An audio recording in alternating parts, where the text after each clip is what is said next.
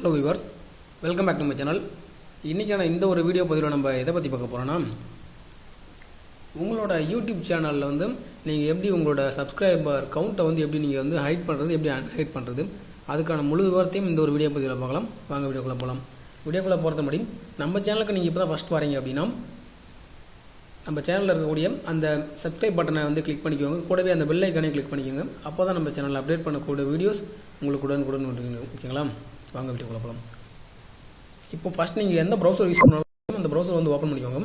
Open பண்ணிவிட்டு உங்களோட இங்கே பார்த்தீங்க ரைட் சைடில், அது ரைட் சைடு டாப் கார்னரில் பார்த்தீங்கன்னா இது போல் உங்களோட யூடியூப் சேனல் லோகோ வந்து இது போல் இருக்கும். அது அக்கௌண்ட் அப்படின்றது இருக்கும்.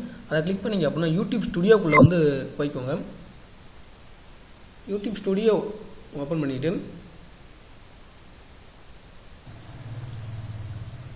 யூடியூப் ஸ்டுடியோ ஓப்பன் பண்ணிங்கன்னா உங்களுக்கு அதோட இன்டர்ஃபேஸ் பார்த்தீங்க இப்படி தான் இருக்கும்.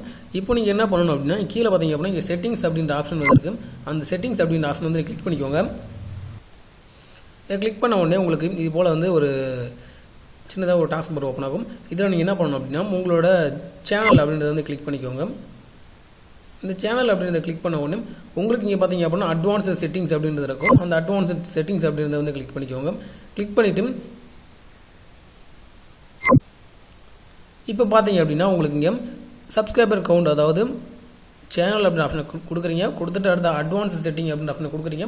அதில் கீழே வந்து ஸ்க்ரால் பண்ணிங்க அப்படின்னா உங்களுக்கு வந்து இங்கே சப்ஸ்கிரைபர் கவுண்ட் அப்படின்ற ஆப்ஷன் இருக்கும்.